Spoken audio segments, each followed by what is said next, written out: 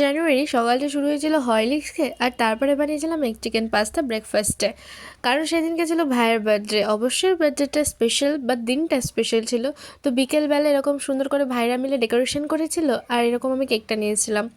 তো কেকটা ছিল ব্ল্যাক ফরেস্ট, যেটা আমাদের সবারই ফেভারিট, আর আমরা সবাই একটু চকলেট ফ্লেভারটা খেতে পছন্দ করি। আর এখানে ভাইকে প্রথমে বাবা আশীর্বাদ করে নিল, আর তারপরে আমি একটু আশীর্বাদ করে নিলাম। মাঝখানে সবাই আশীর্বাদ করেছে, বাট সেগুলোর ভিডিও নেওয়া হয়নি।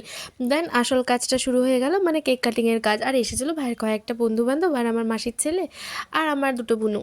তো যাই হোক, এখানে কেক টেক কাটা হলো, দেন হয়ে গেছিলো এখানে কেক শেক খাওয়ানো।